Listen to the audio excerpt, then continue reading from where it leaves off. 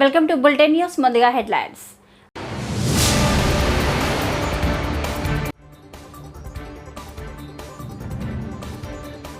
స్వరూపానందకు భీమిలిలో ఇచ్చిన 15 ఎకరాలు రద్దు చేయాలి.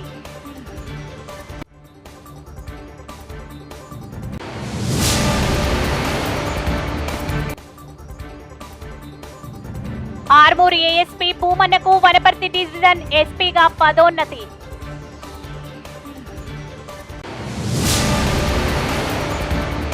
కేంద్ర ప్రభుత్వం భారత శిక్షా స్మృతిని, భారతీయ న్యాయ సంహిత గాను నేర విచారణ ప్రక్రియ స్మృతిని, భారతీయ నాగరిక సురక్ష సంహిత గాను, భారతీయ సాక్ష్య చట్టాన్ని భారతీయ న్యాయ అధినియం గాను మార్పులు చేస్తూ కొత్త చట్టాలను రూపొందించింది. ఈ చట్టాలను జూలై 1వ తేదీ నుండి అమలు చేయాలని నిర్ణయించింది. ఈ చట్టాల అమలును వ్యతిరేకిస్తూ పశ్చిమ గోదావరి జిల్లా నర్సాపురం న్యాయవాదులు కోర్టు విధులను బహిష్కరించి ధర్నా నిర్వహించారు. ఈ సందర్భంగా నర్సాపురం బార్ అసోసియేషన్ అధ్యక్షులు చల్లా దానయ్య నాయుడు మాట్లాడుతూ, హడావిడిగా ఈ చట్టాలను అమలు చేయడం వల్ల న్యాయ ప్రక్రియకు విఘాతం ఏర్పడుతుందని అన్నారు. న్యాయ నిపుణులు, వివిధ తరగతులకు చెందిన మేధావుల అభిప్రాయాలను పరిగణలోకి తీసుకోకుండా క్రిమినల్ చట్టాలను మార్చడం తగదన్నారు. కొత్తగా తీసుకువచ్చిన ఈ చట్టాలలో పలు లోపాలు ఉన్నాయన్నారు. ఈ చట్టాలలోని కొన్ని నిబంధనలు భావ ప్రకటన స్వేచ్ఛకు ఆటంకంగా ఉన్నాయని, న్యాయవాద వృత్తిలో ఒత్తిడికి గురయ్యే విధంగా ఉన్నాయని అన్నారు. అందువల్ల ఈ చట్టాల అమలును నిలుపుదల చేయాలని దేశవ్యాప్తంగా ఆందోళనలు కొనసాగిస్తున్నారని తెలిపారు. ప్రజా వ్యతిరేకమైన ఈ కొత్త క్రిమినల్ చట్టాల అమలును నిలుపుదల చేయాలని దానయ్య నాయుడు విజ్ఞప్తి చేశారు. ఈ కార్యక్రమంలో బార్ అసోసియేషన్ ప్రధాన కార్యదర్శి ఆర్జీ కుమార్, న్యాయవాదులు పోలిశెట్టి వీర వెంకట నారాయణ స్వామి, దేవ రంజిత్ కుమార్, నల్లమెల్లి జోసెఫ్, పూరిల శ్రీనివాస్, చేగొండి బాలాజీ, నెక్కంటి క్రాంతి కుమార్, కొప్పనీడి చిట్టి పద్మజ తదితరులు పాల్గొన్నారు. సడన్గా ఈ కొత్త చట్టాలు తీసుకొచ్చి జూలై 1వ తారీఖుని అమల్లో తీసుకురావడం ఇది ఎలా ఏకపక్ష నిర్ణయం ఉంది. ఇది ఇటువంటి చట్టాలను సడన్గా తీసుకొచ్చడం వల్ల ప్రజలకు చాలా ఇబ్బంది. అదే రకంగా న్యాయవాదులకు కానీ కొన్ని 150 సంవత్సరాలు 100 సంవత్సరాలు ఉన్న చట్టాలని సడన్గా మార్చి దీని మీద చర్చ జరగాలి. దీని ముందుగా న్యాయవాదులందరినీ కూడా కన్సల్ట్ చేయకుండా తీసుకురావడం చాలా ఇబ్బందికరమైన పరిస్థితి. ఈ చట్టాలను రద్దు చేయమని చెప్పి ఈ నిలుపుదలని ప్రస్తుతం ఇది ఆపమని చెప్పి నిలుపుదలని ఇంప్లిమెంటేషన్ మేము నర్సాపురం న్యాయవాదుల సంఘం అందరూ కూడా నిజామాబాద్ జిల్లా బోధన్ మండలంలోని ఆయా గ్రామాలలో తమను ఎన్నుకున్న ప్రజలకు మెరుగైన సేవలు అందించామని బోధన్ మండల ఎంపీటీసీలు, జెడ్పీటీసీ అన్నారు. పదవీ కాలం పూర్తయిన సందర్భంగా మంగళవారం మండల పరిషత్ కార్యాలయంలో వీడ్కోలు సమావేశం ఏర్పాటు చేశారు. ఈ సందర్భంగా కేంద్ర సహకార బ్యాంక్ డైరెక్టర్ గంగారెడ్డి మాట్లాడుతూ, ఎంపీటీసీలు గ్రామాల్లో ప్రజా సమస్యలు ప్రభుత్వం దృష్టికి తీసుకెళ్లి పరిష్కరించడంలో కృషి చేశారని అన్నారు.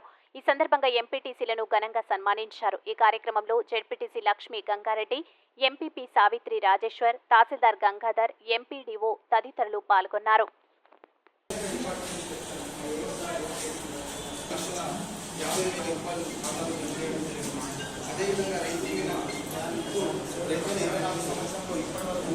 రైతులకు 5,20,00,000 వేయడం జరిగింది. అదేవిధంగా పిఎం కిసాన్ ద్వారా 14,698 మంది రైతులకు 2,33,96,96,000 చేయడం జరిగింది.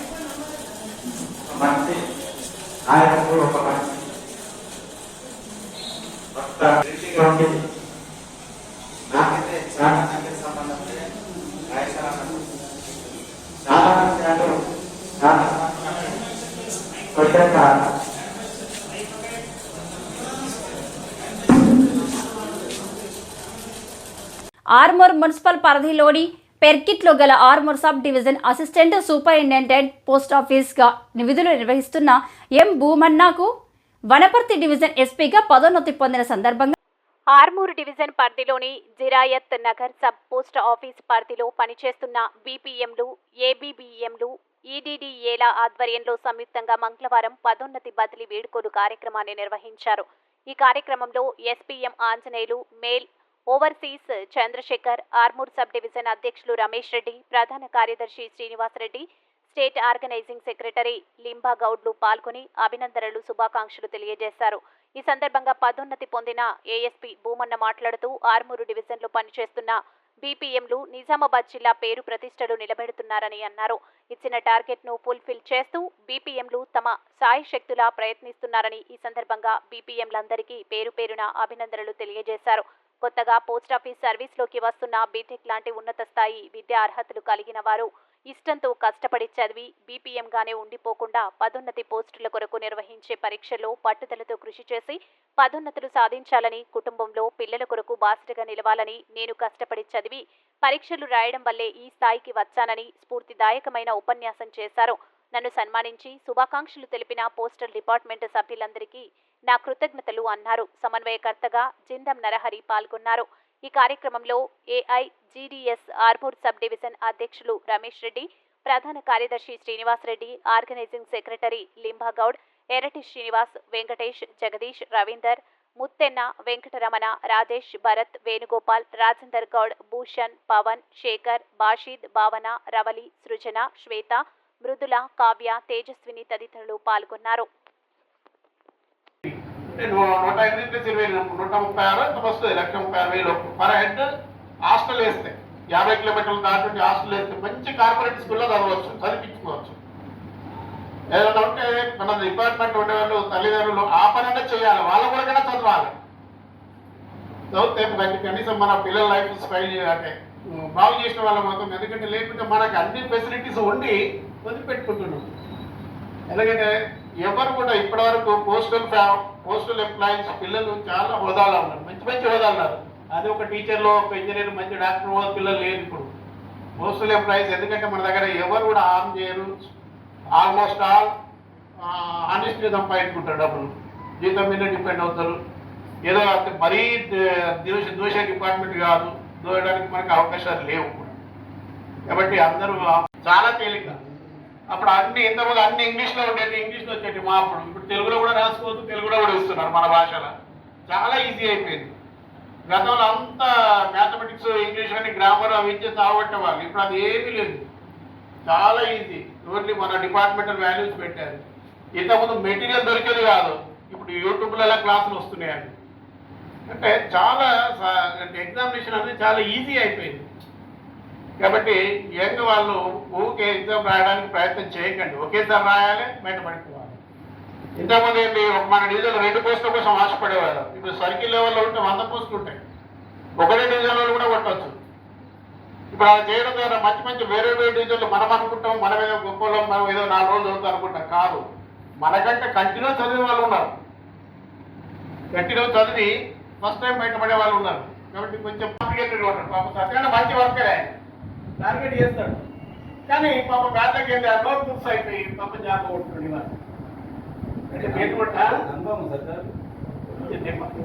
వాళ్ళు అవుతారు కానీ ఇప్పుడు పనిష్మెంట్ సస్పెన్షన్ అయితే కాదు కదా, పనిష్మెంట్ కాదు. Temporary remote from service, only temporary issue. ఏది ఏమైనా భయం పెట్టి చేయకుండా, రికార్డ్ మ్యాన్పెట్ చేయకుండా కట్టుకోవడానికి పనిచేస్తారు. కొంచెం భయం ఉండడానికి సార్ ఎస్ఎస్పీ సార్ మంచివాడు, అట్లే పూర్తిగా పీకా ఏం తీసుకోడు, ఇస్తాడు. కానీ అది కూడా పరువు పోతుంది కదా మనకి. మనది ప్రశ్న ఇష్యూ తీసుకుంటాం. కాబట్టి అందరూ కూడా వదిలిపెట్టడానికి ట్రై చేయండి. ఉన్న జాబులు మీరే వదిలిపెట్టాలి. ఏ రకంగా వదిలిపెట్టాలని మీరు డిసైడ్ చేసుకోవాలి. ఎగ్జామ్ రాసుకోవాలి, కష్టపడి చదవాలి. ఎందుకంటే బయట అయితే ఒక్క పోస్టుకు 100,000 మంది ఉంటారు. ఇక్కడ శారదాపీఠం పేరిట నకిలీ పీఠం పెట్టి 1,000 కోట్లు దోపిడీ చేసి గత వైసీపీ ప్రభుత్వం ద్వారా భీమిలిలో స్వరూపానంద కేటాయింపజేసుకున్న 15 ఎకరాల భూ కేటాయింపులను రద్దు చేయాలని ఏపీ సాధు పరిషత్ రాష్ట్ర అధ్యక్షుడు స్వామి శ్రీనివాసానంద జనసేన నేత మూర్తి యాదవ్ డిమాండ్ చేశారు. మంగళవారం పలువురు స్వాములతో కలిసి వీరు భీమిలి మండలం కొత్తవలస గ్రామం సర్వే నెంబర్ 102/2, 103లలో స్వరూపానందకు భీమునికొండపై కేటాయించిన భూములను సందర్శించారు. ఈ సందర్భంగా విలేకరులతో మాట్లాడుతూ ఈ భూ కేటాయింపులు స్వరూపానంద వేద పాఠశాల ముసుగులో రియల్ ఎస్టేట్ వ్యాపారం కోసమే చేయించుకున్నారని ఆరోపించారు. అసలు పీఠానికే గుర్తింపు లేనప్పుడు వేద విద్యార్థులే ఇక్కడ శిక్షణ పొందుతున్నప్పుడు జగన్ ప్రభుత్వం గుడ్డిగా 15 ఎకరాలు కేటాయించడం నిబంధనలకు విరుద్ధమని కేటాయింపు రద్దు చేయాలని డిమాండ్ చేశారు.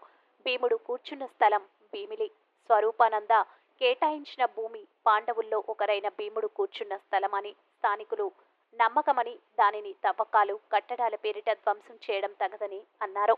భీముని పట్టణానికి పేరు కూడా భీముడి వల్లే వచ్చిందని గుర్తు చేశారు.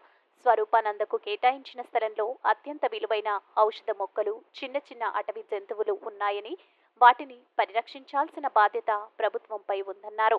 2 కోట్లతో రోడ్డు వేసిన అధికారులపై చర్యలు. స్వరూపానంద కోసం 2 కోట్లతో ఆయనకు కేటాయించిన భూమికి ఘాట్ రోడ్ వేసిన VMRDA అధికారులపై చర్యలు తీసుకోవాలని డిమాండ్ చేశారు. ఇందుకు బాధ్యులను గుర్తించి 2 కోట్ల రూపాయలను వారి నుంచి రికవరీ చేయాలని కోరారు. రహదారి కోసం తవ్విన గ్రావెల్ను కోట్ల రూపాయలకు అమ్ముకున్నట్లు ఆరోపణలు ఉన్నందున దానిని రికవరీ చేయాల్సిన అవసరం ఉందని శ్రీనివాసానంద మూర్తి యావద్లు అన్నారు. శారద పీఠాన్ని రద్దు చేయాలి. స్వరూపానంద చరిత్ర, వారసత్వం, ధర్మాధికారి వంటివి ఏమీ లేకుండా కేవలం ఆధ్యాత్మికత ముసుగులు సంపాదన కోసం ఏర్పాటు చేసి పెందుర్తి శారద పీఠాన్ని రద్దు చేయాలని వారు డిమాండ్ చేశారు. శారద పీఠం ముసుగులో పెద్ద ఎత్తున అక్రమాలు, మోసాలు జరుగుతున్నాయని వాటన్నింటిపై విచారణ జరపాలని కోరారు. చిన్న ముషిడివాడలో గెడ్డను కబ్జా చేసి నిర్మించిన శారదాపీఠం స్వాములు ఆస్తులు ఇప్పుడు 1000 కోట్లకు చేరాయని, వీటిపై CBI, ED విచారణ జరపాలని డిమాండ్ చేశారు. ఫిక్స్డ్ డిపాజిట్లు 100 కోట్లకు చేరిన ప్రభుత్వానికి సోర్స్ లెక్క చెప్పడం లేదని అన్నారు. హిందూ ధార్మిక సంస్థ నిర్వాహకుడు తురగా శ్రీరామ్, పలువురు స్వాములు, మాతాజీలు పాల్గొన్నారు. ప్రాంతంలో భీముడి పాదాల ఆనవాళ్ళు ఏవైతే ఉన్నాయో ఆ ఆనవాళ్ళు కూడా తీసేయడానికి, తొలగించడానికి ప్రయత్నం చేసినటువంటి శారదాపీఠం స్వరూపానంద నకిలీ స్వామి ఎవరైతే ఉన్నారో కేవలం 15 లక్షల రూపాయలకి 250 కోట్ల రూపాయలు చేసేటువంటి ప్రభుత్వ భూమిని కట్టబెట్టి వేద పాఠశాల కోసం కేటాయించామని చెప్పి, వేద పాఠశాల ఇక్కడ మేము పెడతామని చెప్పి దొంగ స్వామి ఏదైతే దోచుకున్నాడో ఈ 15 ఎకరాల భూమిని, తదనంతరం ఈ భూమి రియల్ ఎస్టేట్ వ్యాపారానికి అనుగుణంగా మాకు వినియోగించడానికి అవకాశం ఇవ్వాలని చెప్పి శారదా పీఠాధిపతి నకిలీ స్వామి స్వరూపానంద సరస్వతి అలాగే సాత్మానందలు ఇద్దరూ కూడా దరఖాస్తు చేసుకునే దరఖాస్తు విషయంలో జనసేన పార్టీ పవన్ కళ్యాణ్ గారు సహజ సిద్ధంగా ఉన్నటువంటి కొండల్ని, వృక్షాలని కాపాడాలని చెప్పి ఏదైతే సిద్ధాంతాలు ఏవైతే ఉన్నాయో, అలాగే స్వామి శ్రీనివాసానంద గారు కూడా మొట్టమొదటి నుంచి కూడా ఏదైతే కొండలు పరిరక్షించాలని చెప్పి ఈ యొక్క పీఠాలు ఏవైతే దొంగ పీఠాలు ఏవైతే ఉన్నాయో దొంగ స్వామీజీల్ని తరిమికొట్టాలని చెప్పి మొట్టమొదటి పోరాడుతున్నటువంటి స్వామి గారు ఆశీస్సులతో పెద్ద ఎత్తున ఈ యొక్క నిర్మాణ పనులు శారదాపీఠం కోసం కేటాయించిన 15 ఎకరాల భూమికి 2 కోట్ల రూపాయల VMRDA నిధులతో ప్రజాధనంతో ఇక్కడ రోడ్డు నిర్మించడం అంటే ఎంత స్థాయికి జగన్మోహన్ రెడ్డి ప్రభుత్వం పరితెక్కించిందో దీన్ని బట్టి అర్థమవుతా ఉంది. స్వామీజీ అక్రమ ఆస్తుల పైన, స్వామీజీ కేటాయించిన 15 ఎకరాల భూమి పైన 250 కోట్ల రూపాయలు చేసేటువంటి ఈ భూమి అయితేనేమి, తెలంగాణ కోకాపేటలో 250 కోట్ల రూపాయలు చేసేటువంటి 2 ఎకరాల భూమిలో సాహితీ ఇన్ఫ్రా అనేటువంటి కంపెనీకి నెలకి 1 కోటి రూపాయలు అద్దె వచ్చేటట్టు ఏదైతే సమకూర్చుకున్నాడో ఈ స్వామీజీ అక్రమంగా 5 ఏళ్ల పాటు ప్రజాధనంతో సెక్యూరిటీ పెట్టుకొని, పోలీసులు సెక్యూరిటీ, హై సెక్యూరిటీ పెట్టుకొని నెలకి 20 లక్షల రూపాయలు ప్రజాధనాన్ని దుర్వినియోగం చేస్తూ ఇతను అనిపించినటువంటి రాజభోగాలన్నింటినీ కూడా నూతన ప్రభుత్వం, ముఖ్యమంత్రి చంద్రబాబు నాయుడు గారు, ఉప ముఖ్యమంత్రి పవన్ కళ్యాణ్ గారు, అలాగే ప్రధానమంత్రి నరేంద్ర మోడీ గారు, రాష్ట్ర బీజేపీ అధ్యక్షురాలు పెద్దలు శ్రీ దొగ్గపాటి పురంధేశ్వరి గారు కూడా దీనిపైన దృష్టి సారించి శారదాపీఠానికి కేటాయించినటువంటి 15 ఎకరాల ప్రభుత్వ భూమిని తక్షణమే రద్దు చేసి